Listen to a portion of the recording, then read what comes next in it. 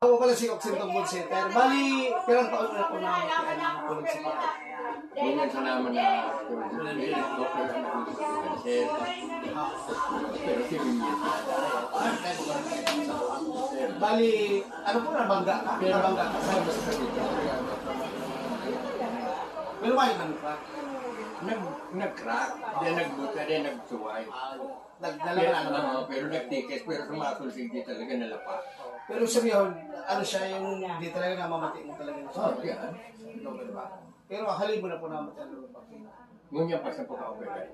Kasi siyempre nagurang na kung nagluyan. Sige, lang ang po. Kaya po.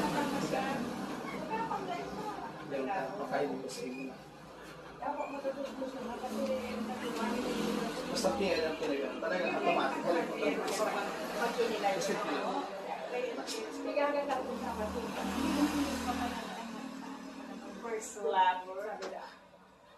Malay!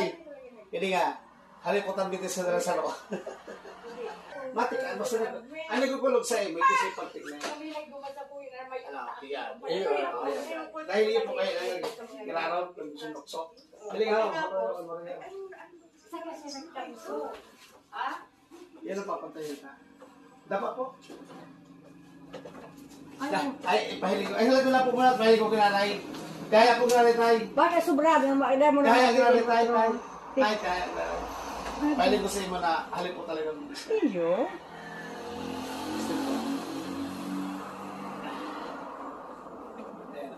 Ano?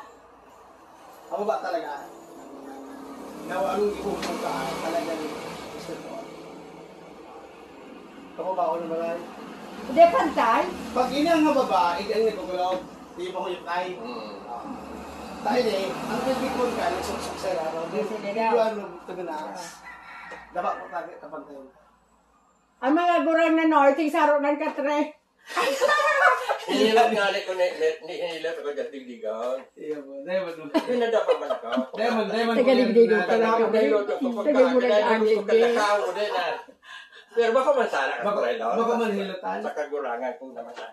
Kagurangan tayo, ito si maititan naman nga niya. Bali nga na dyan, naabot na dyan si Dalano. Iya po, baga. Pagkapantay. Patong na. So ano mo, nawalat? Yan, okay.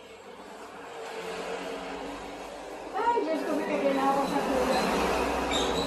Teka lang po, gilid na tayo. Teka lang, gilid.